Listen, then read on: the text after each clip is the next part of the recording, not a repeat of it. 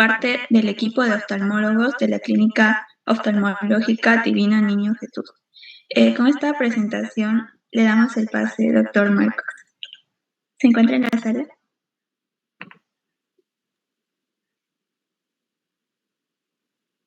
Sí, el doctor ya está en la sala. Solo falta de que proyecte su diapositiva.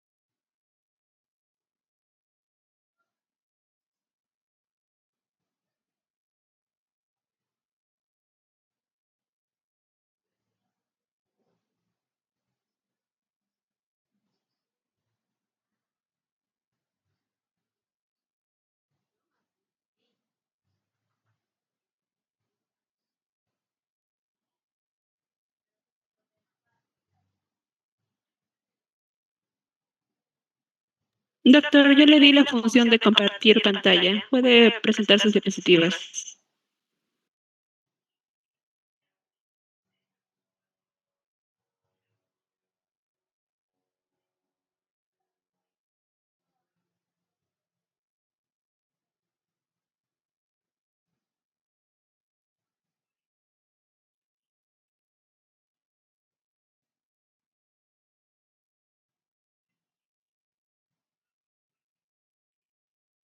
Recording in progress.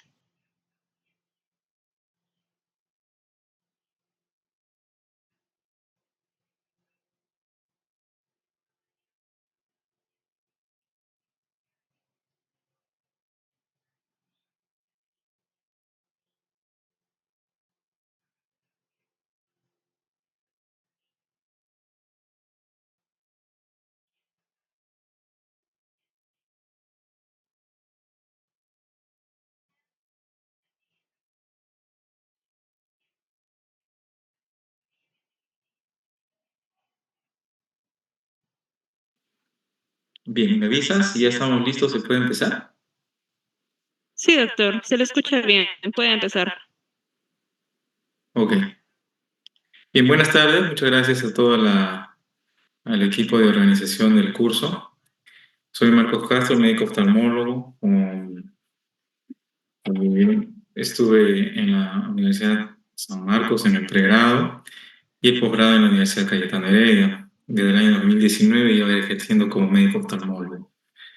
Bien, me han pedido pues compartir con ustedes en el curso el tema de conjuntivitis infecciosa. Entonces vamos a ver algunos conceptos primero de anatomía, ubicarnos un poco en la anatomía, histología de la parte ocular, específicamente de la conjuntiva, y con eso se va a hacer mucho más fácil comprender en qué consiste, por qué se dan los problemas infecciosos a nivel de la conjuntiva y bueno, después algo mencionar sobre el tratamiento, ¿no? A ver, vamos a empezar entonces. Aquí vemos una imagen, primero para hablar de qué cosa es la conjuntiva. La conjuntiva es un tejido mucoso. La conjuntiva tiene unas tres partes, está dividida en una conjuntiva palpebral. A ver si por acá se ve el mouse. Tenemos aquí el córtex sagital, ¿no? Entonces tenemos la cara posterior del párpado. Esta es la conjuntiva.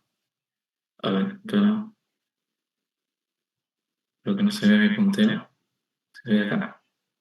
La cara posterior del párpado, la conjuntiva palpebral o tarsal, porque está en contacto con el tarso. Es un tejido más duro, el famoso, el que se gira cuando los niños evierten el párpado. Ese es el tarso.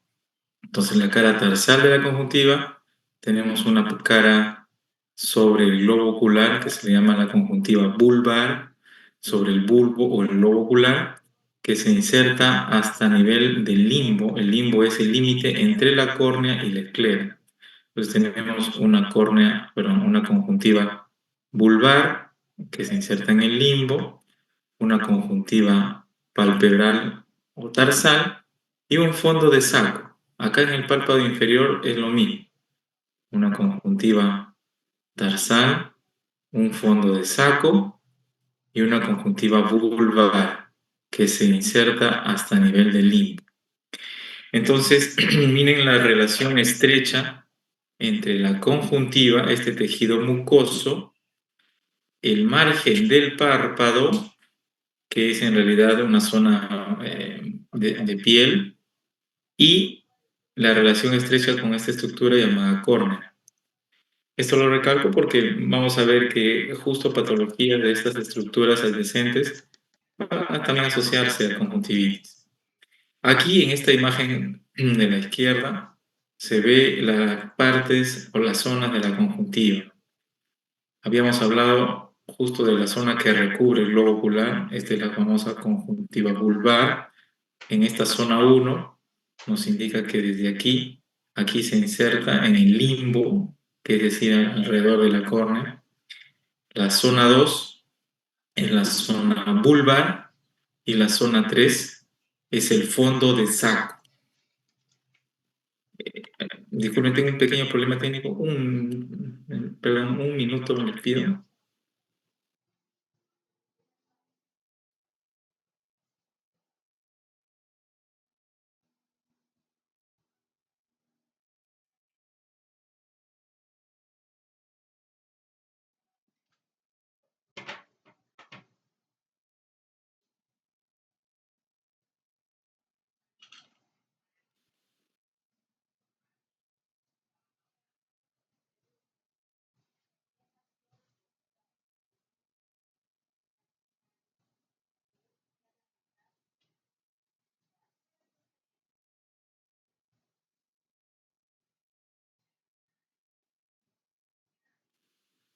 Perdón, a ver, voy a retomar esta última parte. ¿Se escucha bien? Disculpen que tuve un problema técnico con la señal. Sí, doctor, sí se lo escucho. ¿Aló? Ok, perfecto. Entonces, la conjuntiva en el limbo, esta que recubre la parte blanca de la esclera es la conjuntiva vulvar, el fondo de saco, que es la parte más, digamos, profunda en este nivel, pero también es fondo de saco superior. Luego la cara 4, la parte 4, que es la cara tarsalo-palpebral, y la parte o el límite 5 que está acá es el límite mucocutáneo, justo en el margen del párpado. Miren aquí hacia la zona nasal. Por aquí está la zona nasal del globo ocular y aquí la conjuntiva sufre una modificación. Esta flechita marca la zona 6, que es un repliegue o engrosamiento de la conjuntiva que se llama plica, la plica semilunaris. Esa plica en realidad es un engrosamiento o es un reborde que tenemos todos a nivel de la zona nasal en la conjuntiva y es específicamente una zona plegada de la conjuntiva, nada, histológicamente nada distinto. Pero a nivel de la zona 7, la conjuntiva sí sufre una modificación importante. Lo que ocurre es que a este nivel sí existe tejido adiposo dentro de la histología de la conjuntiva. Y también hay folículos pilosos. De ahí que acá puede haber infecciones, lo mismo que en piel, una foliculitis, puede haber quistes de tejido graso y que muchas veces se manifiesten como lesiones amarillentas, tumoraciones amarillentas, que a veces son evidentes, notorias y que pueden a veces preocupar al paciente. Bien, entonces seguimos por acá.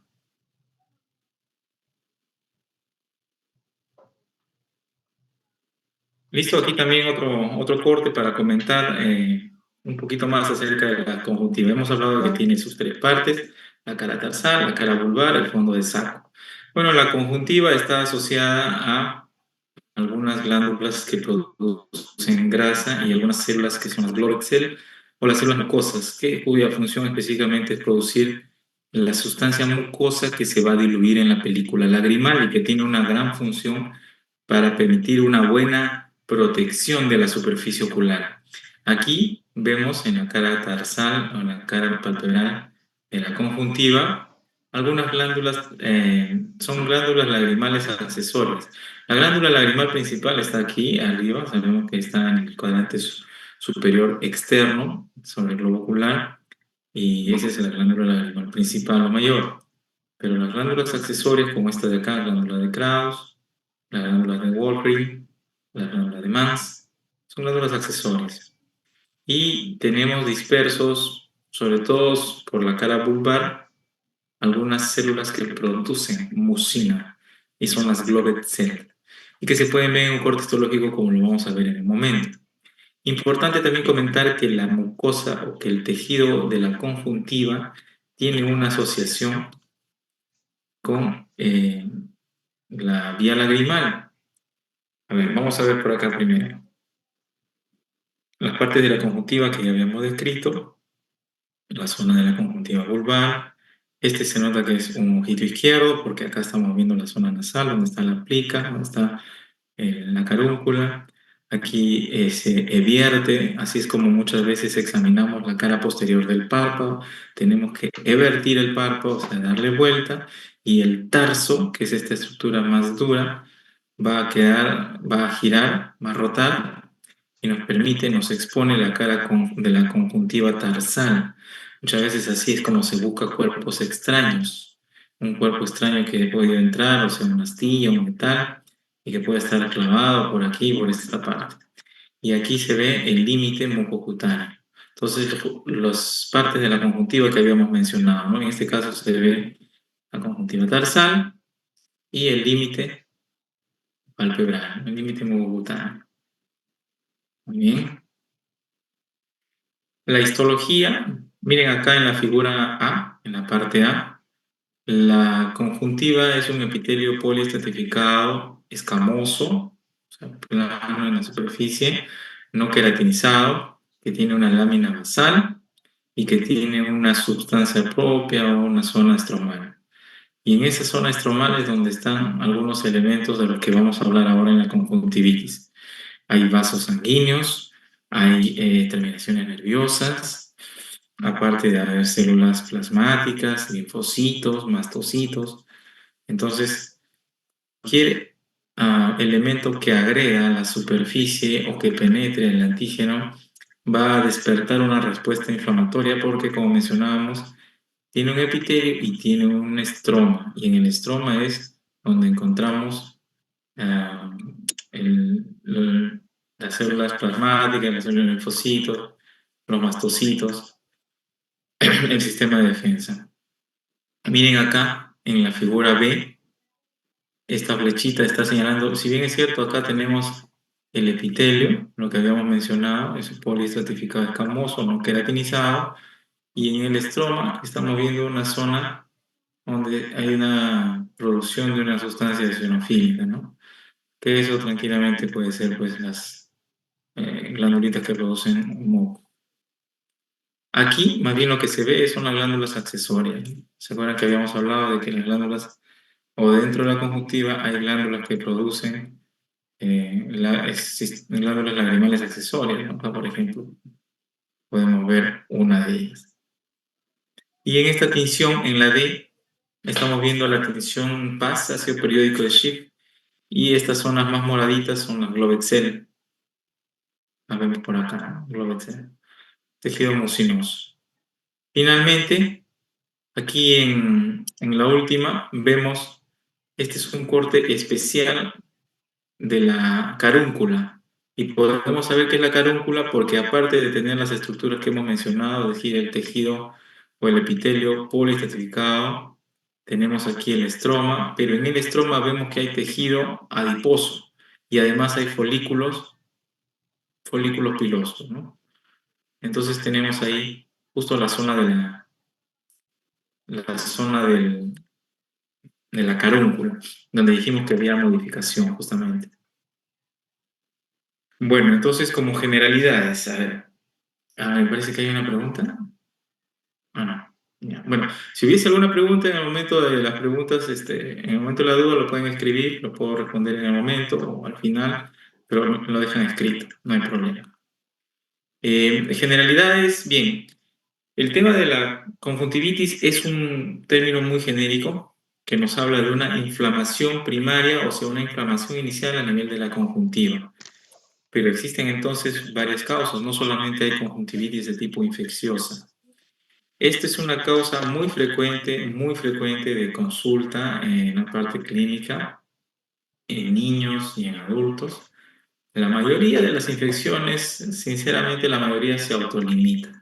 La mayoría son leves, la mayoría con el aseo va muy bien, pero ahora vamos a ver justamente qué mecanismos están implicados en despertar o generar algún tipo de infección a nivel de la conjuntiva y cuáles son los tipos de conjuntivitis más frecuentes, ¿no?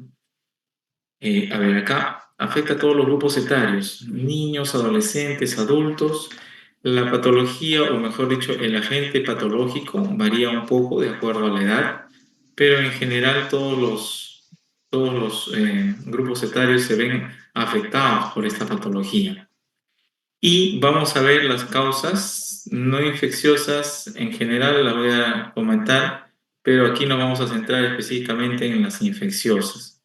Las infecciosas más frecuentes, la bacteriana, la viral. Y existen también fúngicas, parasitarias, que son la verdad que bastante infrecuentes. Se define entonces clínicamente a la conjuntivitis como el famoso síndrome de ojo rojo más secreción. Aquí lo pongo así en esos términos un poco generales, porque el ojo rojo en general puede tener muchas causas, pero la combinación de enrojecimiento más secreción nos da en la clínica nos da eh, nos permite hablar de una conjuntivitis. Raramente nos lleva a una pérdida visual permanente. La conjuntivitis en realidad, como les mencionaba, es una infección que se autolimita. Tiene sí un fuerte impacto económico porque cuando llegan los pacientes a la consulta pues están incómodos porque no les permite trabajar, o en su centro de trabajo no les permiten llegar y estar así trabajando. Entonces muchas veces tiene que perderse de días laborales. Es por eso que es importante reconocer el cuadro clínico y distinguirlo cuando realmente es infeccioso. Puede haber causas malignas asociadas. Sí, como mencionaba, pues hay conjuntivitis de tipo no infecciosa, y dentro de ellas pues están las asociadas a neoplasias de párpado. Y muchas veces, por no evertir los párpados, como habíamos estado viendo en la imagen, esos diagnósticos a veces se pueden pasar desapercibidos. Es decir, se pueden muchas veces quedar ocultos y se posterga su diagnóstico hasta etapas tardías. Y la función del médico es no solo identificar el diagnóstico, sino también romper la cadena de transmisión, ya que muchas veces vamos a identificar cuáles son los mecanismos que pueden estar asociados a una conjuntivitis infecciosa para poder saber qué es lo que se puede hacer. La idea es romper el mecanismo de transmisión. La conjuntivitis se debe a algo y hay que recomendar al paciente no repetir ese algo, ¿no? Muchas veces puede haber un problema alérgico, es decir, hay pacientes con conjuntivitis alérgicas, pacientes atópicos, problemas de repente bronquiales, rinitis alérgica, y que dentro del cuadro de las alergias se genera mucha picazón a nivel ocular, y ahí viene la manipulación, ya sea del niño o del adulto, la manipulación del globo ocular, y es donde se generan las infecciones. Vamos a hablarlo esto en los mecanismos que producen esta infección. Entonces, aquí un panorama de lo que había estado mencionándoles. La conjuntivitis puede ser de varios tipos, no todas son infecciosas. Las infecciosas más frecuentes las tenemos aquí, la viral, la bacteriana, pero entre ambas, digamos, la que genera más problemas clínicos, la bacteriana. Pero existen las conjuntivitis alérgicas, es decir, problemas en pacientes atópicos asociados a sinusitis, problemas bronquiales, dermatitis, algún problema atópico. Segundo, tenemos las asociadas a un problema irritativo mecánico tóxico. Por ejemplo, los pacientes que tienen algún grado de problemas por el uso de lentes de contacto, o los que tienen problemas porque se les ha generado una parálisis facial, caída del párpado y no hay buen reflejo de parpadeo, que es un mecanismo de protección de la conjuntiva, y por lo tanto se les expone a irritación o algún problema infeccioso, ¿no?, posterior. Los mediados o los que están asociados a mediación autoinmune, un síndrome de Steven-Johnson, por ejemplo, ¿no? Es decir, pacientitos que tienen algún problema autoinmune sistémico que afecta como un blanco, como un tejido diana a la conjuntiva y genera justamente problemas de conjuntivitis. Otro de los problemas es lo que ya habíamos adelantado un poco, las neoplasias. Recordemos que a nivel de la conjuntiva hemos hablado de que existe un epitelio poliestratificado, pero también pueden existir muchas veces neoplasias escamosas, es decir, crecimientos anómalos justamente intraepiteliales a nivel de la conjuntiva. Y a veces no es la neoplasia a nivel conjuntival, sino a nivel del párpado. El párpado puede tener algún problema derivado de alguna de sus capas, son varias de sus capas, son 7, pero por ejemplo, uno de los más frecuentes que vemos en la parte de la piel del párpado es el carcinoma sebáceo, el carcinoma de glándulas sebáceas, y que muchas veces inicia como una tumoración que no crece hacia afuera externamente, sino hacia la cara de la conjuntiva palpebral. Y entonces muchas veces al inicio estas zonas pequeñas de erosión, de necrosis, pueden estar asociados a infecciones que se repiten, y si es que el médico a veces no se toma el tiempo de bajar el párpado, de vertirlo correctamente para buscar con acuciosidad, puede pasar desapercibido neoplasias de párpado que estén condicionando la conjuntivitis.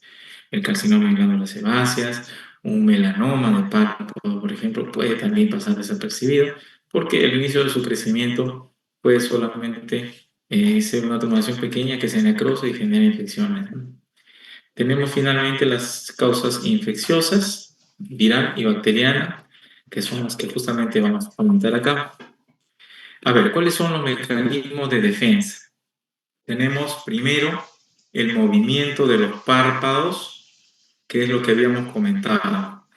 El diseño de los párpados es específico, tiene el borde con pestañas, tiene una película lagrimal que los separa de la superficie ocular, y justamente estos dos mecanismos los vamos a ver aquí. Mm,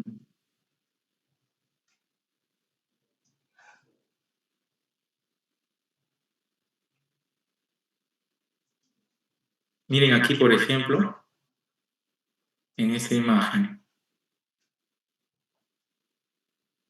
cómo el movimiento de los párpados genera una cierta deformidad en la estructura de la película lagrimal, pero esta se encarga de amortiguar ese efecto mecánico del movimiento de los párpados para que el globo ocular se mantenga intacto, lo más intacto posible, y la película lagrimal siempre esté distribuida sobre toda la superficie del globo ocular. Y cuando lo vemos en la lámpara o en el microscopio, el médico oftalmólogo lo ve así, con un colorante especial que se llama fluoresceína, test de fluoresceína, y eso nos permite saber que la película lagrimal está bien distribuida en toda la superficie ocular, que no hay zonas de vacío, que no hay zonas donde la película lagrimal tenga spots o puntos calientes o zonas donde no esté bañando toda la superficie ocular.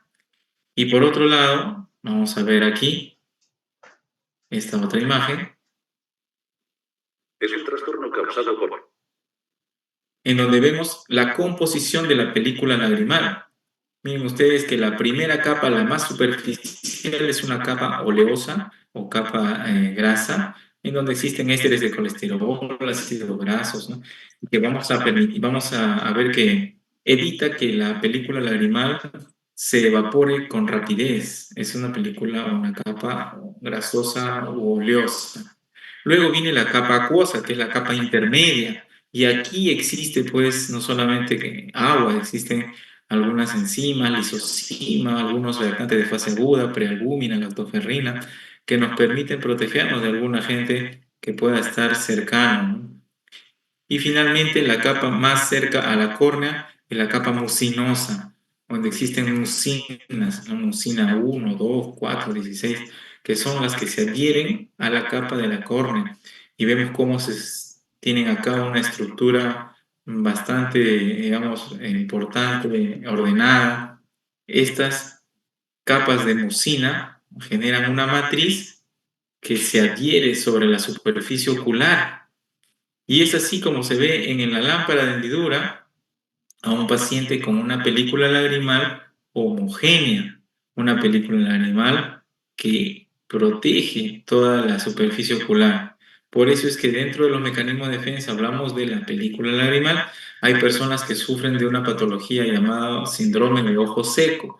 Quiere decir que no tienen buena calidad de su película lagrimal, ya sea en su composición, es decir, muchas veces hay una escasez, por ejemplo, de capa acuosa, o una escasez de una buena capa, una capa lipídica, y por lo tanto la película lagrimal no dura lo suficiente sobre el ojo. Cuando el movimiento del parpadeo, en uno o dos parpadeos, la película lagrimal se va evaporando y el ojo queda desprotegido. Y eso genera muchas molestias en el paciente: enrojecimiento fácil, sensibilidad a la luz, sensación de cuerpo extraño, ardor, y muchas veces le lleva al frote. Y si se frota con frecuencia, pues vienen los problemas infecciosos. Entonces, en la posición del párpado también importa, ¿no? Hay pacientes que tienen malformaciones en la posición del margen palpebral, es decir, las pestañas, en vez de estar vertidas apuntando hacia afuera, hay una rotación o una posición anormal del párpado, y genera que las pestañas estén hacia el globo ocular, y con ello genera toda una disconformidad en el movimiento del párpado, y esas anormalidades en la posición del margen palpebral conllevan también a infecciones, a conjuntivitis a repetición. Entonces aquí en las lámparas de hendidura el médico oftalmólogo se encarga de revisar qué factores de riesgo puede tener el paciente y que estén llevando a este problema de infecciones. O muchas veces hay infecciones en la raíz de las pestañas, como por ejemplo las famosas blefaritis, ¿no? Que son secreción grasa anómala que se deposita en exceso en la raíz de las pestañas, como si fuera caspa, pero es grasa seca. Y esa grasita seca genera mucha sequedad ocular, mucha picazón, y por lo tanto el paciente con blefaritis también va a tender a frotarse. Y el frote nuevamente es un mecanismo para dispersar cualquier agente que esté en la superficie ocular, y lo hace ingresar hacia la conjuntiva, se daña la conjuntiva, y por ahí hay una puerta de entrada para una infección. El epitelio de la conjuntiva debe estar intacto también, como dice acá este tercer mecanismo de defensa. Otra acción protectora, lo que hemos visto, ¿no? A nivel de la capa acuosa, existen lisosimas, inmunoglobulina IgA secretora. En la función inmunológica hablamos del tejido linfoide. Recordemos lo que habíamos comentado, que a nivel del estroma de la conjuntiva existe linfocitos, mastocitos, células plasmáticas, existe un tejido linfoide, y tienen su zona de drenaje de la mitad, o de la mitad medial, digamos, de la conjuntiva. Drenan hacia los ganglios submandibulares, y la mitad temporal de la conjuntiva, el drenaje linfático, es a nivel de los ganglios preauriculares. De allí que vamos a comentar más adelante también las infecciones o la conjuntivitis de tipo viral. Es muy frecuente que curse con adenopatías preauriculares, las más frecuentes. Sabemos que van de la mitad de la conjuntiva, la mitad externa, drenan hacia ese nivel. Entonces, muchas veces encontrar adenopatías nos da una buena probabilidad de que estemos frente a una conjuntivitis de tipo viral. Y bueno, también algunos signos clínicos que vamos a comentar en un momento. Finalmente, el otro mecanismo de protección que está digamos, a nivel de la superficie ocular, en el margen de los párpados, está la flora bacteriana no patógena. Y aquí vamos a hablar de cuáles son. A la cabeza, pues, el estafilo. Vamos acá a poner. A ver.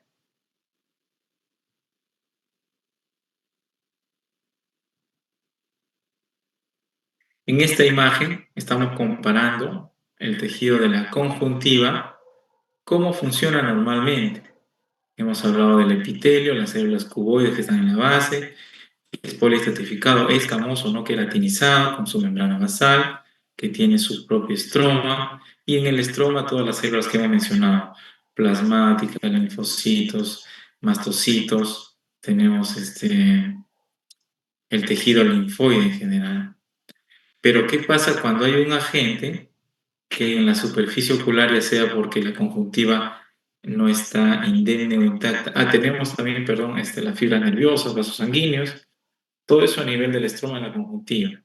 Entonces, cuando existe algún agente que quiere ingresar, que ha proliferado, algún agente como el estafilococo, que es uno de los agentes más frecuentes que produce la conjuntivitis infecciosa bacteriana, este agente pues va a desencadenar toda una respuesta inflamatoria. Células inflamatorias, linfocitos, proliferación de una capa fibrosa, eh, y edema. Se producen una serie de citoquinas que generan edema, la permeabilidad de los vasos se altera, hay edema de la conjuntiva, hay enrojecimiento de la conjuntiva. El edema de la conjuntiva se conoce clínicamente como el signo de quemosis, y la quemosis puede ocurrir en cualquier tipo de irritación de la conjuntiva, y con frecuencia lo vamos a ver digamos, mucho más marcado en las conjuntivitis de tipo viral. Entonces ya aquí hablamos de un efecto de irritación, y cualquier irritación a nivel de la conjuntiva ya es una conjuntivitis. Si se acompaña de secreción mucopurulenta, muy probablemente bacteriana. Si se acompaña de una descarga acuosa, muy probablemente de tipo viral. Aquí hablamos de todos los elementos o los más frecuentes en cuanto a la flora bacteriana que convive normalmente en el margen de los párpados, en la raíz de las pestañas, cerca a la desembocadura de las glándulas de meibomio, que son las glándulas adiposas, las glándulas de grasa que están dentro del tarso y que desembocan en el nivel del margen del párpado, justo al lado de su desembocadura, está al lado de la raíz de las pestañitas, por donde brotan las pestañas.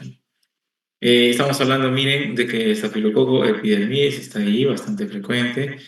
Hay Corynebacterium, Propionibacterium annes, es un germen que, si bien es cierto, es parte normal de la flora bacteriana, pero que cobra bastante importancia en pacientes operados de catarata. Muchas veces una limpieza inadecuada del margen de los párpados antes de una cirugía de catarata favorece a que este germen ingrese al globo ocular durante la cirugía y genera un tipo de infección intraocular de tipo subaguda, asociado a la colocación de lente intraocular en una cirugía de catarata. Propionibacterium annes es bien importante, un colonizador bastante importante y frecuente de la flora normal en el párpado. Está el otro Staphylococcus aureus, hay estreptococo, hay monaxelas. Dentro de las monaxelas, una que vamos a recordar más adelante, pero ya desde de antemano, es la cunata. Monaxella lacunata es una causa muy frecuente de infección por una conjuntivitis infecciosa bacteriana. Hemófilus, vamos a ver que hemófilus también es un patógeno importante. Bueno, los demás sinceramente son bastante más raros, ¿no? Y micóticos mucho menos. La fuente de infección, muy bien, aquí vamos a ver la fuente de infección, el contacto directo con secreciones de un individuo infectado, por supuesto, ¿no? Si le damos la mano, o entre niños sobre todo, que se puedan compartir papel, toallas, pañitos con el que se ha limpiado una persona, ¿no? Y que accidentalmente uno toque esos fomites, esos papeles, esos toallitas y se lleve la mano hacia el margen del palpebral, se está llevando una gran cantidad de agentes que van a poder colonizar y que van a generar seguramente algún grado de infección. Miren que aquí el margen del globo ocular, la conjuntiva, como les mencionaba, está en una relación estrecha con este sistema que es el sistema de drenaje de la vía lagrimal. Las vías lagrimales tienen aquí un canalículo inferior, un canalículo superior. Ambos llegan a un saco conjuntival. El saco tiene un conducto nasolagrimal que desemboca a nivel del meato inferior. Entonces, si hay aquí tumores, si hay aquí problemas alérgicos o problemas que puedan bloquear la salida normal de la película de la vía lagrimal, que obstruyan o que generen estasis por alguna deformidad aquí a nivel nasal, eso va a repercutir y muchas veces puede generar conjuntivitis a repetición. En los niños es importante el frotamiento, directamente se inoculan muchas veces gérmenes, juegan en la tierra, en el piso, pues y el polvo lo llevan con su mano hacia los ojos. En el adulto esto no ocurre porque obviamente el adulto es más consciente, pero en el adulto una causa muy frecuente de irritación es el ojo seco. Está muchas veces varias horas frente a la computadora, o muchas veces hay problemas alérgicos, y el ojo seco genera picazón. Entonces el adulto se manipula y también por ahí vienen las infecciones. Y también por acá las infecciones en el tracto respiratorio alto, la mayoría de ellas virales, por diseminación, en este caso por la vía lagrimal, pueden llegar hacia la conjuntiva. Y es así como las infecciones virales pueden pasar hacia la parte ocular y hacer las famosas conjuntivitis virales.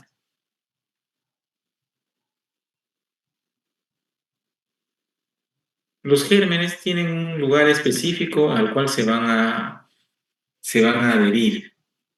Los virus, las bacterias, los hongos, los protozoarios, todos tienen un ligando específico.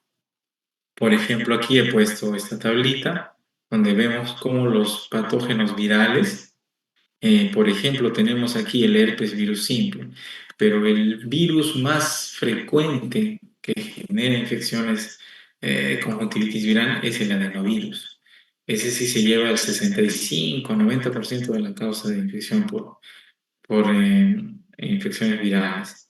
Eh, el herpes virus simple tiene acá un ligando que es la glicoproteína C a nivel de N-paransulfato. También hay virus Coxsackie y hay muchos otros virus que pueden generar infecciones virales, ¿no? Hablamos, por ejemplo, de Zika, de COVID-19, del molusco contagioso. Todos ellos pueden generar algún tipo de infección viral. A la cabeza, como les mencionaba, el más frecuente de lejos, adenovirus. Miren, las bacterias patógenas también tienen su propio ligando, ceramidas en este caso, miren los CD44, el Streptococcus. Habíamos mencionado que las bacterias más importantes en cuanto a etiología son Staphylococcus aureus, bueno, en general los estafilos. Streptococcus también está por ahí, Hemófilos, Moraxella, cada uno tiene su propio ligando. Y aquí vemos pues cómo se ha reconocido alguno de esos ligandos aquí de Streptococcus, aquí de Mycobacterium tuberculosis, por ejemplo. A nivel de los patógenos fúngicos también, en la cándida, que es bien peligrosa si logra instaurarse a nivel de la córnea. En la conjuntiva, por lo general, suele ser infecciones muy raras que rara vez afectan la conjuntiva. Primariamente se basa en la córnea, pero se miren las eh, proteínas de la matriz extracelular. Patógenos de protozoarios también. Entonces vamos a ver algunos signos y hablar un poco sobre conjuntivitis bacteriana. Aquí vemos cómo se ve en el microscopio o en la lámpara de hendidura, donde examina el oftalmólogo, cómo se ve un ojo con un problema de conjuntivitis. Habíamos hablado que clínicamente la conjuntivitis se define como ojo rojo o síndrome de ojo rojo más secreción. Pero la secreción de la conjuntivitis bacteriana es una secreción como esta que vemos, de tipo purulenta. Miren acá la raíz de las pestañas. llenas de secreción. Por supuesto que esa secreción ya se hace más sólida, queda atrapada aquí, luego de algunas horas se solidifica y la encontramos de esta manera, ¿no? Sólida entre las pestañas, y esta es fuente de que siga proliferando el germen, ¿no? Entonces, dentro del mecanismo de tratamiento, lo primero, las medidas higiénicas son importantes, ¿no? El aseo de pestañas con una gasita o con un pañito húmedo, con agua tibia o con espumas especiales que muchas veces utilizamos para el aseo de pestañas en la consulta clínica. Y miren este tipo de coloración rojiza. El síndrome de ojo rojo en realidad no es un nombre como cualquier patología. El tipo de enrojecimiento es bien característico. Es un rojo, digamos, casi rosado, difuso, homogéneo. Hay otras patologías donde el rojo es mucho más marcado, se ve más cerca hacia la córnea, por ejemplo, la famosa inyección periquerática. Pero acá no, el rojo es difuso, muy similar en casi toda la superficie ocular. Y por acá también vemos cómo está la conjuntiva. Miren este filamento, hay mucosidad, es decir, el ojo trata de protegerse produciendo mayor cantidad de tejido mucoide, ¿no? Miren aquí, secreción en pestañas, enrojecimiento, secreción en fondo de saco, lo que habíamos hablado, ¿no? El fondo del saco. Y aquí vemos una reacción papilar, esto es exponiendo la conjuntiva de la cara palpebral. Giramos la cara palpebral, giramos el párpado hacia abajo y exponemos la cara palpebral del párpado inferior y vemos este aspecto como de pequeñas vesículas chiquitas que se llaman papilas. Y esta es una reacción papilar y que está difusa en todo el párpado y que es muy frecuente en las infecciones bacterianas. Entonces acá la conjuntiva tarsal inferior, perdón. Y aquí vemos la conjuntiva tarsal superior y aquí vemos nuevamente estas pequeñas acumulaciones de linfocitos que se llaman papilas, una reacción papilar que puede ocurrir en conjuntivitis alérgica, que puede ocurrir en conjuntivitis bacteriana. No es un signo patognomónico de ninguno, pero sí nos está hablando de que hay una reacción en donde linfocitos se están acumulando, se están reaccionando, saliendo hacia la superficie, ¿no? Bien, entonces hablemos aquí un poco de la clasificación clínica de la conjuntivitis bacteriana. Podemos hablar de una conjuntivitis aguda o subaguda, una crónica o una hiperaguda. Las conjuntivitis por su intensidad también se pueden clasificar como leves, moderadas, ¿no? Intensa. Las leves se autolimitan solas. En realidad casi nunca llegan a consulta, pero aquí vamos a ver cuáles son los microorganismos asociados a cada uno de esos grupos. Vamos primero con las crónicas, la conjuntivitis que se repite y que duran más de 4 semanas. Hablamos de que estas tienen baja intensidad. Las que son crónicas son de baja intensidad. Y aquí está el famoso, uno de los patógenos más frecuentes y que es parte de la flora normal, estafilococo. Todos los estafilos acá están dominando las conjuntivitis crónicas. Y el otro agente que les había comentado que lo recuerden, Moraxella lacunata. Este es un gram negativo que es muy frecuente. Miren que acá, entre microorganismos, uno pensaría que pues, van a predominar los gram positivos, ¿no? Y existen, en realidad predominan, pero hay varios agentes que son gram negativos y que generan infecciones de la conjuntiva. También tenemos aquí a los Proteus, Enterobacterias, Pseudomonas. Estos son los más frecuentes en conjuntivitis de tipo crónica con leve intensidad. Ahora, ¿cuáles son los que tienen mayor intensidad en cuanto a síntomas y en cuanto a evolución, ya sea horas o días? Hasta a la cabeza Haemophilus, que también lo habíamos visto dentro de los patógenos, dentro de las bacterias de la flora de la piel, ¿no? De la flora normal. Está Haemophilus, pero en este caso el de biotipo 3, Haemophilus influenza también, Streptococcus pneumoniae. Estreptococo es una causa más frecuente en niños sobre infección bacteriana. Y finalmente, esta es una pregunta o un tema que mucha frecuencia. Teóricamente se pregunta, felizmente ya no se ve en realidad clínicamente, las famosas infecciones o conjuntivitis bacterianas hiperagudas, las que aparecen en las primeras 24 y hasta 48 horas del recién nacido. Es una conjuntivitis con gran producción de secreción mucopurulenta y tenemos aquí a las famosas Neisseria, ¿no? Neisseria gonorrea en la cabeza, Neisseria meningitis.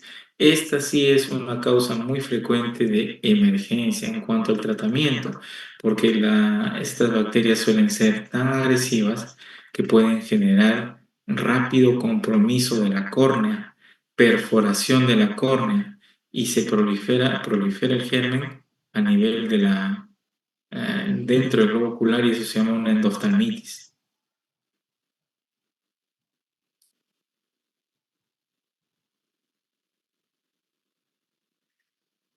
Respecto a los grupos etarios, ¿cuáles son los gérmenes que con más frecuencia se han identificado en las infecciones bacterianas? A ver, la conjuntivitis por Haemophilus influenza, Streptococo y Moraxella, pero en este caso la Catarrhalis. Estas son bastante frecuentes en Haemophilus en niños y el Streptococo. Miren que estos dos son gram negativo, ¿no? Y el Streptococo gram positivo. Adolescentes, miren, Staphylococcus aureus, un gran positivo, y Moraxella catarrhalis, nuevamente, gran negativo. Y finalmente, en cuanto a adultos, las especies de estafilococos, ¿sí? Porque el adulto, bueno, se manipula porque tiene ojos secos o alergias y no puede controlar su picazón. Y luego seguidas de Streptococcus pneumoniae, Haemophilus influenza. Entonces, en los adolescentes, adultos, a la cabeza están los estafilococos, porque bueno, es más por el frote, el mecanismo. Pero el frote, digamos, se dispersa la flora, que es la flora bacteriana normal en el párpado. Pero se daña la conjuntiva, se frota la conjuntiva y en ese daño empieza a proliferar. En cambio, en niños, los Haemophilus streptococcus. ¿Cuáles son los síntomas y los signos de una conjuntivitis bacteriana? Miren por acá, en esta foto vemos el edema del párpado, vemos hay zonas de equimosis, seguramente ha habido frote intenso. Miren que hay una secreción abundante y debe ser tan frecuente que a pesar seguramente que se trata de limpiar, se pega el párpado, ¿no? Muchas veces el párpado está adherido en su superficie por la secreción purulenta. Entonces aquí tenemos el edema de párpado, la quemosis que habíamos descrito en esos mecanismos en donde existen toda una migración de componentes inflamatorios. La quemosis es el edema de la conjuntiva, hemorragia subconjuntival, hemorragia a nivel justamente debajo de la conjuntiva, entre la conjuntiva y la esclera. Hiperemia, el ojo rojo, sensación de cuerpo extraño y ardor, a veces no se controla y el adulto o el niño les pica tanto que se siguen frotando y empeora el cuadro clínico. Hay inyección conjuntival, pero de tipo difusa, no periquerática, no pericorneal, sino difuso. Es casi del mismo tono en toda la conjuntiva. Y habíamos visto de las papilas, ¿no? Una reacción papilar intensa en la conjuntiva tarsal. La secreción es purulenta, a diferencia de la conjuntivitis viral, donde es de tipo acuosa. Puede haber heridas en la córnea, acá le llaman queratitis punctata, y puede haber membranas, es decir, es tan grande la producción de tejido, la producción de pus que genera membranas o pseudomembranas, porque se desprende o se desfacela capas de la conjuntiva. Aquí vemos nuevamente la reacción papilar. Aquí vemos el fondo de saco. Miren ustedes esta cantidad. Todo esto es tejido purulento. Secreción purulenta abundante en el fondo de saco. Ojo rojo, secreción. Muchas veces está en las pestañas. Muchas veces en el fondo de saco. Muchas veces se empieza a dañar la córnea y genera problemas corneales. Y aquí vemos hemorragias. Hemorragias aquí en la cara tarsal de la conjuntiva, en el párpado superior. A veces estas hemorragias, lo que se conocen como la conjuntivitis hemorrágica aguda, está asociada pues, a infecciones virales también. Y el capítulo aparte o la parte, digamos, más delicada, más grave de una infección bacteriana es la conjuntivitis neonatal gonocócica. Puede ser en las primeras 24 o 48 horas de vida que aparezca esta infección. Es abundante, a pesar de que se puede realizar lavados cada hora o cada 2 horas. Es una producción abundante de secreción y esta pues requiere el tratamiento intramuscular o endovenoso de las infecciones por Neisseria gonorrhoeae. Aquí vamos a ver que la secreción es bilateral, eso es importante, es bilateral, primeras horas después del parto. Algunas veces puede tener pequeñas manchas sanguinolentas, puede ser seroso sanguinolento y luego purulento abundante. Y puede haber complicaciones, como comentaba, el germen puede extender su campo de acción sobre la córnea y generar úlceras corneales, perforaciones corneales, se ingresa en el invade globo ocular, endoftalmitis, y eso muchas veces es lamentable, pero se pierde el globo ocular, ¿no? En el caso de Neisseria meningitis también puede generar infecciones de este tipo, pero la Neisseria meningitis también puede generar luego enfermedad invasiva, es decir, haber diseminación desde ese punto de partida y llegar al sistema nervioso central. El tratamiento tópico para las infecciones bacterianas lo tenemos con las quinolonas de segunda, tercera y hasta cuarta generación. La más frecuente, la que se puede usar en el primer nivel, ciprofloxacino, 0.3%, ya sea como gotas, como solución, o en ungüento. Lo podemos utilizar según la severidad del cuadro clínico, cada 8 horas o cada 4 horas, por 5 o 7 días. La segunda opción es las quinolonas de tercera generación, como levofloxacino. Y también tenemos las de cuarta generación, como Gati y como moxifloxacino. En nuestro país las podemos encontrar en un ejemplo, porque son varias marcas, como Moxo o moxifloxacino al 0.5%. Se puede utilizar al día cada 2 horas o cada 4 horas o cada 8 horas de acuerdo a la severidad del cuadro clínico. Y gatifloxacino también se puede graduar de esa manera. Cualquiera de estas está en disponibilidad en nuestro país y es muy frecuente usarlas. Ahora, este es el uso de, digamos, de primera elección, son antibióticos puros. Antes se creía que asociarlo a un corticoide podía generar un empeoramiento del cuadro clínico de una infección bacteriana. Sin embargo, se ha visto y se ha estudiado que para el poco tiempo que se utiliza en cuanto a días, el poco tiempo de una asociación de antibiótico más antiinflamatorio o corticoide, más bien la evolución es mejor, es buena. Es decir, estaría bien indicado hacer el uso de estos antibióticos en combinación con algún antiinflamatorio corticoide. Así que se puede utilizar también asociaciones como esta que está acá. Los aminoglucósidos, aquí viene la pregunta, ¿no? Los aminoglucósidos, si bien es cierto, cubren más los gram negativos, pero hemos visto que uno de los agentes más importantes es estafilococo. Estafilococo aureus también están los estreptococos. Entonces, ¿por qué responderían bien a los aminoglucósidos como tobramicina, que lo usamos muchísimo en la clínica? Esta es una marca bastante frecuente, Trasidex, que tiene una combinación. Esta es una asociación de tobramicina más dexametasona. Y así como esta marca, hay muchas marcas que buscan la misma combinación, tobramicina más dexametasona, y es ampliamente difundido su uso. Entonces la pregunta es, ¿por qué un aminoglucósido cubre bien los negativos? Pero ¿por qué un aminoglucósido estaría siendo útil clínicamente en una infección donde con mucha frecuencia predominan los estafilococos, los gram positivos? Bueno, entonces la respuesta es que en este caso la tobramicina y estos eh, agentes aminoglucósidos tienen específicamente acción muy frecuente sobre los estafilococos y sobre los gram negativos.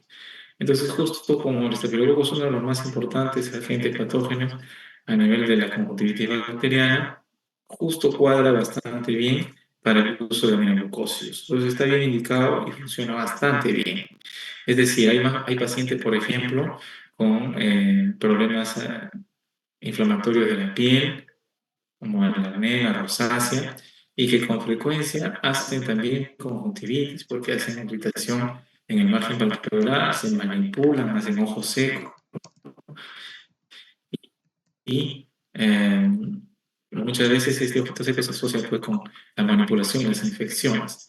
Esas infecciones asociadas a la rosácea van muy bien contra la acidez, porque ahí pues predominan los estafilococos y ahí pues, toda la medicina ahí actúa, tiene acción.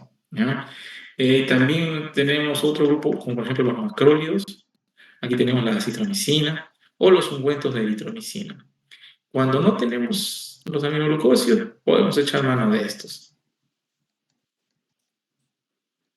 Bien, ya para cerrar aquí vamos a ver un poco sobre lo que es conjuntivitis viral. En realidad, el 65-90% de los casos de la conjuntivitis viral son causados por adenovirus y es altamente contagioso, hasta el 50% de transmisibilidad. La conjuntivitis adenoviral tiene un periodo de incubación de 5 a 12 días y su transmisibilidad puede durar hasta 14 días. Puede ser transmisible hasta 14 días después de iniciar la infección. Hay dos entidades clínicas que son muy frecuentes. No son todas las conjuntivitis que produce adenovirus. Adenovirus puede producir un par más de cuadros clínicos, pero dos que son muy frecuentes, típicos así del libro, es la fiebre faringoconjuntival. Como su nombre lo indica, aquí hay fiebre alta y de inicio brusco. Faringitis, la conjuntivitis suele ser bilateral. Ojo con este término acá, en adenovirus suele ser bilateral luego de 1 o 2 días, ¿ya? Porque digamos, a nivel general, las infecciones bacterianas son las que ocurren ser bilaterales y las virales, la mayoría de ellas inicia como unilateral y luego se hace bilateral al par de días, ¿no? Y hay adenopatías preauriculares, como habíamos comentado, ¿no? El sistema linfático que drena de la conjuntiva, una parte va hacia las submandibulares, otros a los preauriculares. Entonces, en este caso, hay adenopatías preauriculares, hay fiebre alta abrupta, faringitis y se ve una afectación bilateral en la conjuntiva. Otro cuadro clínico frecuente es la queratoconjuntivitis epidémica. Querato viene del término de córnea. Todo lo que sea córnea es querato. Entonces, queratoconjuntivitis es la infección de la conjuntiva y la córnea. La queratoconjuntivitis epidémica. Esta es más grave, es más contagiosa.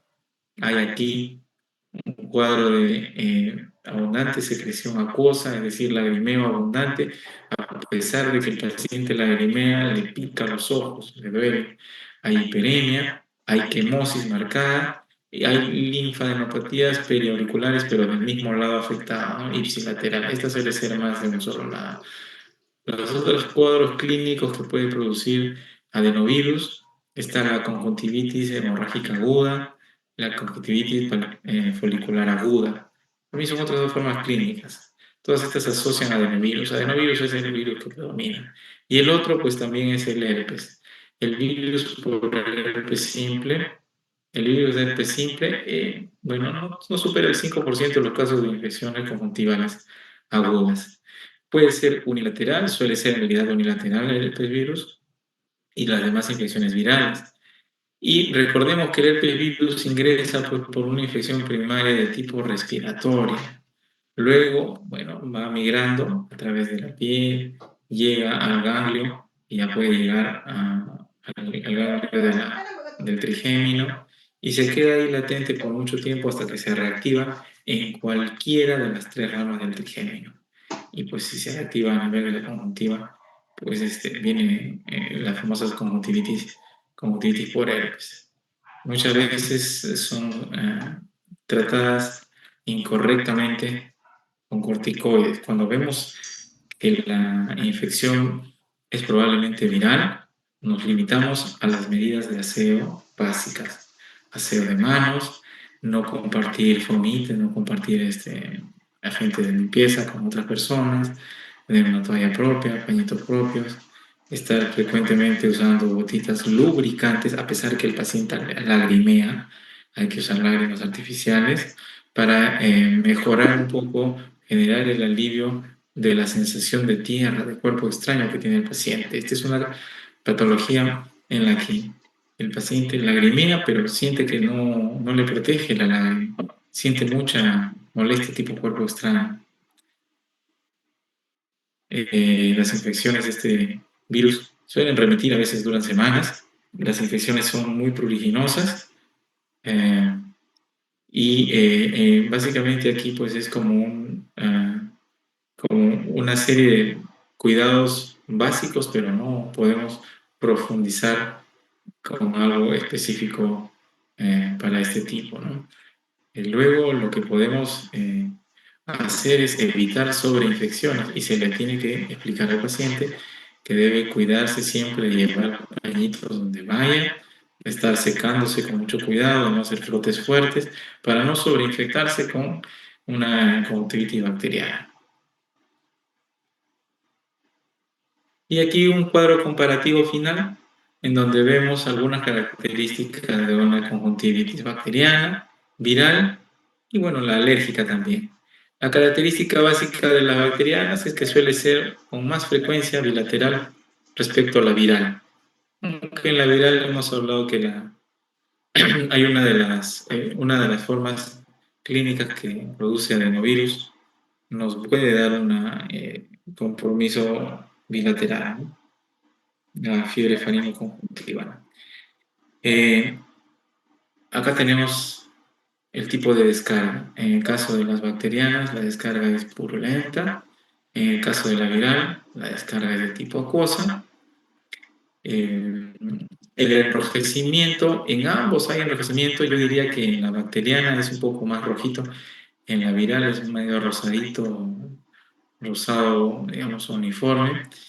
En las alérgicas también puede haber leve enrojecimiento, pero en las alérgicas lo que predispone es estas papilas, ¿no? Este es como la quemosis y las papilas, que es como un empedregado, y el antecedente de atopía, y que no se ve secreción. Luego acá, el prurito es abundante aquí en la alérgica. El familiar o el paciente nos dice, ¿no? Todo el día se frota y no lo puede aguantar. Es bastante característico en las alérgicas, ¿no? Pero en las infecciosas puede haber prurito. No es la principal característica, pero sí lo puede haber. No es tan raro tampoco como está aquí en el cuadro. Sí lo hay, pero el prurito es de alguna manera manejable, ¿no? Por el adulto. En cambio, el niño sí no se mide mucho y se sigue frotando.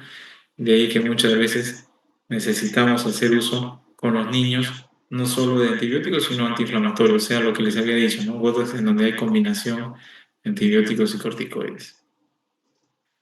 Bueno, hasta aquí es la presentación, así que con gusto, si hay alguna pregunta, la podemos revisar.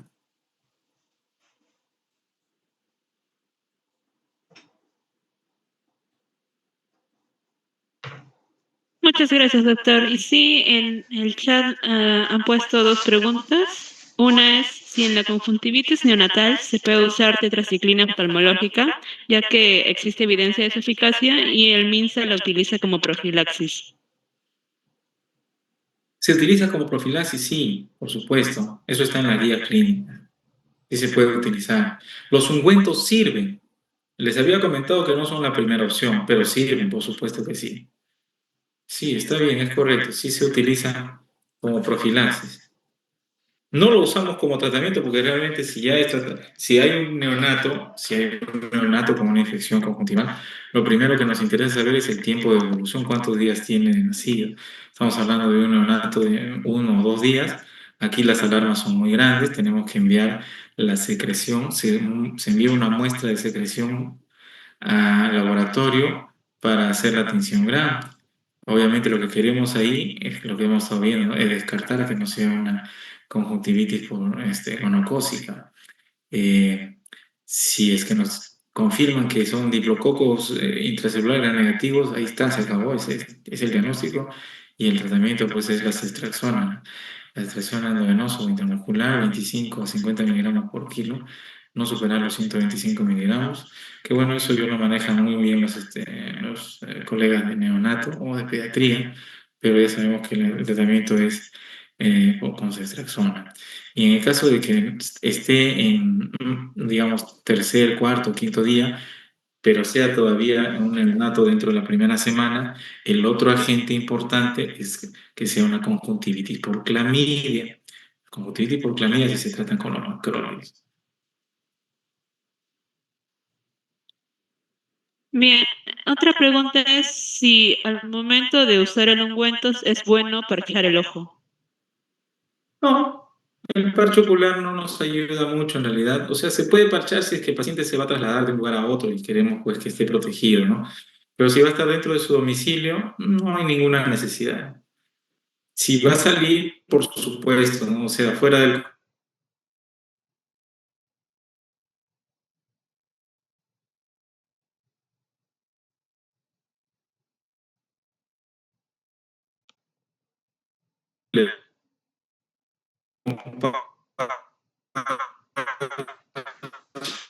si le sigue aplicando, no le dejamos ya el parche porque le va incomodando de un problema de úlceras corneales, de perforación corneal, ¿no? Es un problema mayor. En conjuntivitis no indicamos el parche ocular, salvo pues, como les digo yo, que tenga que trasladarse por una zona de mucho polvo hasta que llegue a su domicilio y siga con el tratamiento que le hemos indicado. Bien, otras preguntas son si para Bien, revertir el párpado, para revertir, bien, sí. A ver, para sí, para revertir el revertir el párpado se puede usar párpado. gotas anestésicas oftálmicos, no hay necesidad de poner anestesia. O sea, a ver, la anestesia tópica se puede utilizar, sí, pero no porque el revertir el párpado va a doler. El revertir el párpado no genera más que un pequeño desconfort.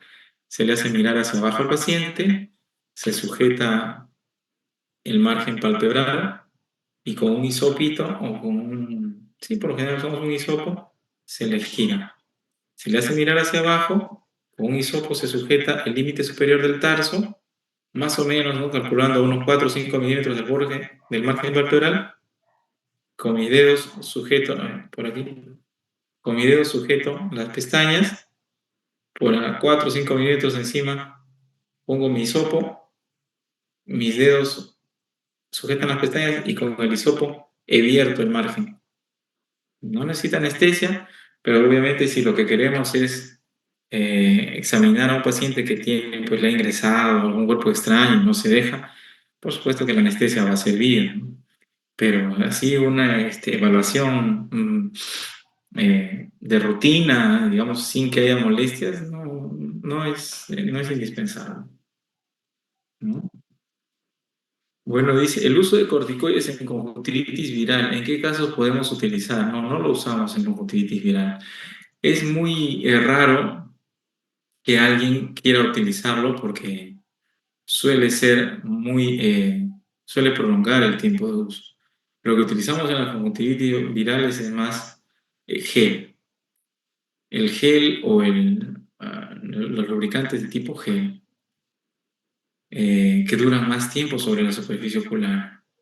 Ahora, si es que la duda es, si es que hay una duda clínica, lo que pasa es que como toda la medicina es bien difícil de limitar, esto es puramente viral o ya hay una sobreinfección bacteriana. Es bien difícil en la clínica cuando tienes ya varios días. Por ejemplo, si hay un paciente diciendo tos, sí, hace 2 días o 3 días estoy con mucho lagrimeo, el ojo me fastidia, sensibilidad a la luz y me pica un poco, y lo examinamos, es unilateral, ha estado resfriado, bueno, esta es una infección viral, hay que utilizar una gotita, puede ser un AINES, ¿no? De tipo corticoide, podemos usar un AINES si es que le molesta mucho, nepafenaco, bromfenaco, que son de los más, o ketorolaco en gotas, y un gel en gota, carboximetilcelulosa al 1%.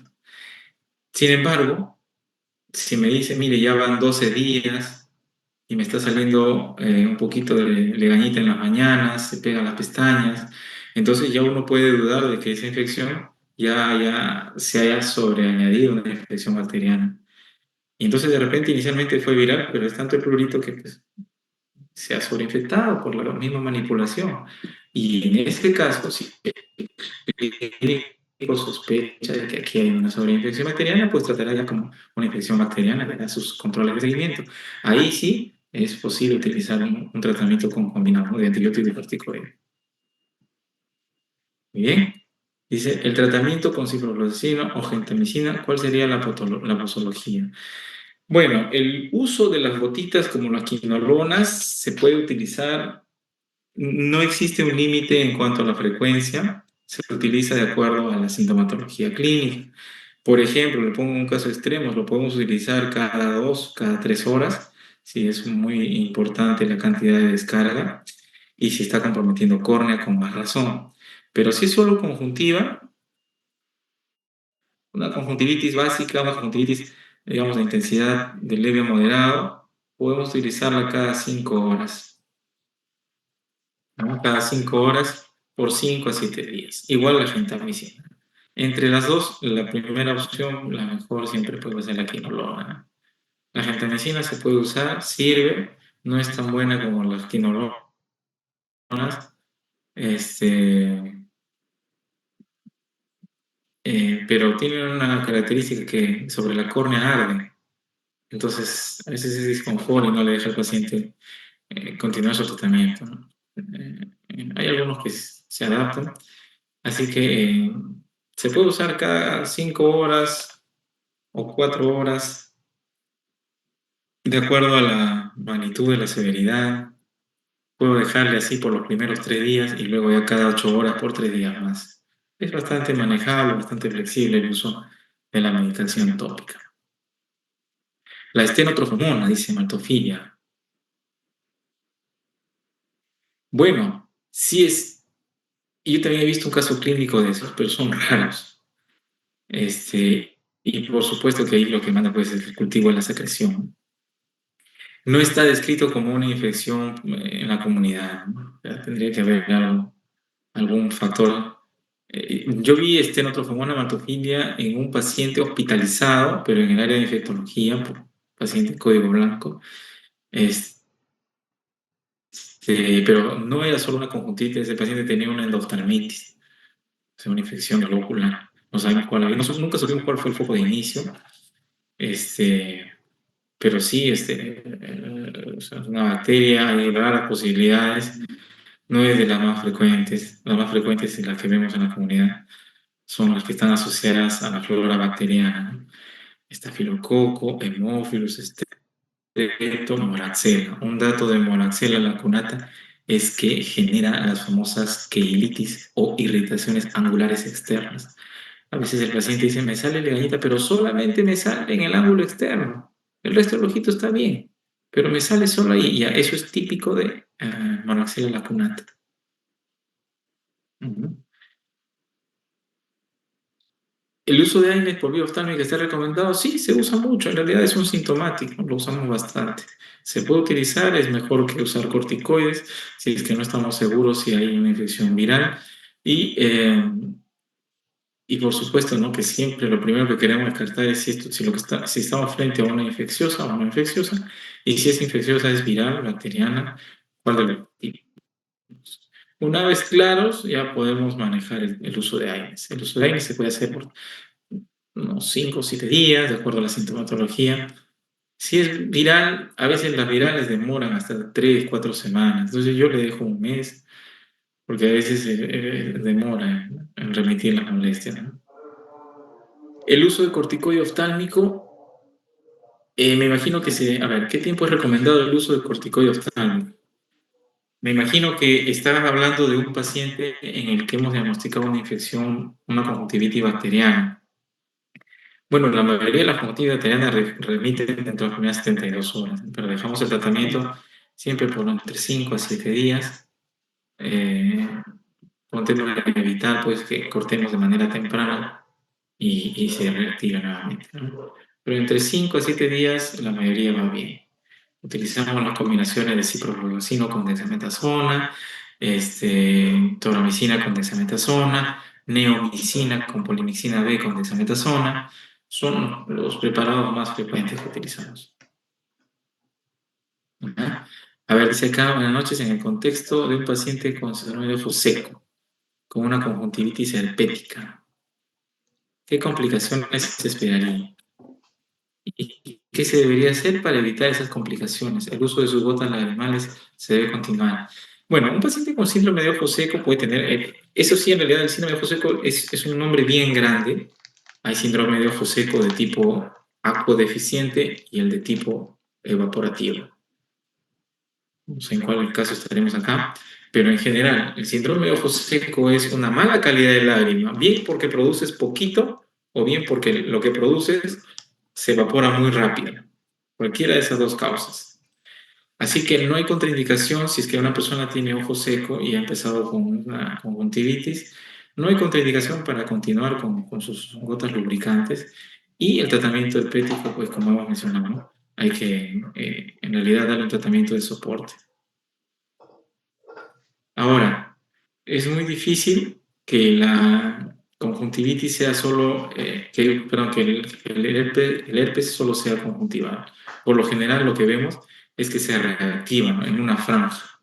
Entonces hablamos de la rama oftálmica, la rama frontal, mandibular, se reactiva en franja.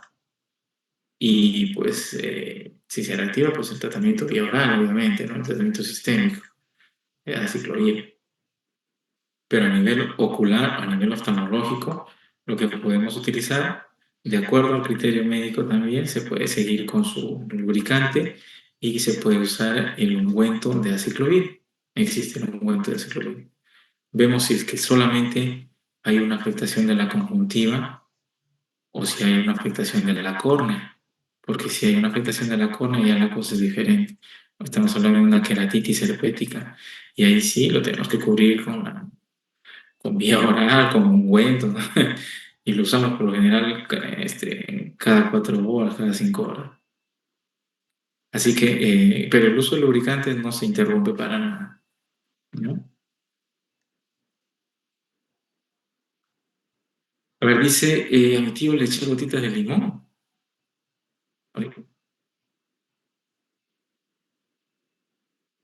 Y desde entonces se le irrita y toma apariencia conjuntivitis. ¿Cuál sería mejor?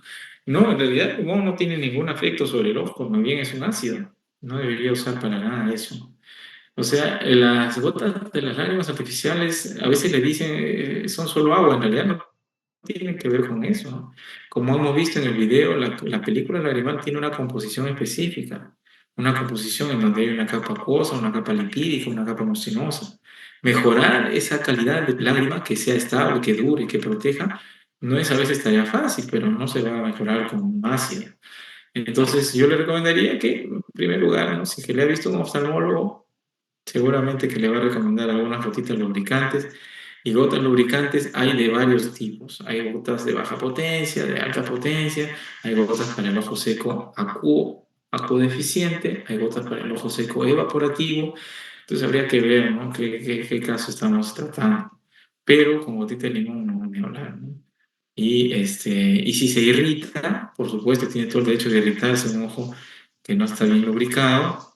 Si se irrita, pues obviamente ahí seguramente habrá que usar no solamente una gota lubricante, sino un antiinflamatorio asociado, seguramente un AINES, o algún corticoide de superficie ocular, no un corticoide de alta potencia que penetre hasta el segmento posterior. Ahí ya es el manejo del oftalmólogo en cada caso. A ver, ¿después de cuánto tiempo de evidenciar los malestares se puede referir para la realización de la toma de muestra? ¿Qué zonas son las más adecuadas? En cualquier momento se puede tomar la muestra. Mientras haya secreción, se puede tomar. El personal del laboratorio está especializado y la secreción que se toma pues es la del fondo de saco, la del fondo de saco conjuntival. Así que en cualquier momento, por supuesto que se tiene eh, si ya ha estado utilizando gotas, ahí reduce la posibilidad de que salga positivo para un cultivo. Pero la tinción Gram se puede hacer siempre que hay secreción, en cualquier momento. Si hay secreción en fondo de saco, se manda para este examen.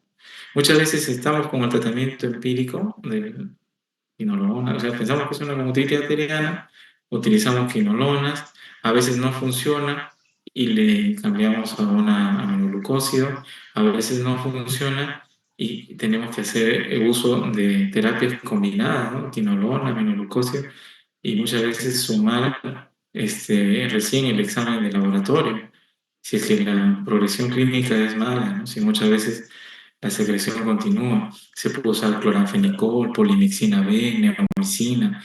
O sea, el arsenal terapéutico es grande y se puede ir cambiando de acuerdo a la evolución clínica, y en cualquier momento se puede tomar la secreción. Siempre que exista se puede tomar.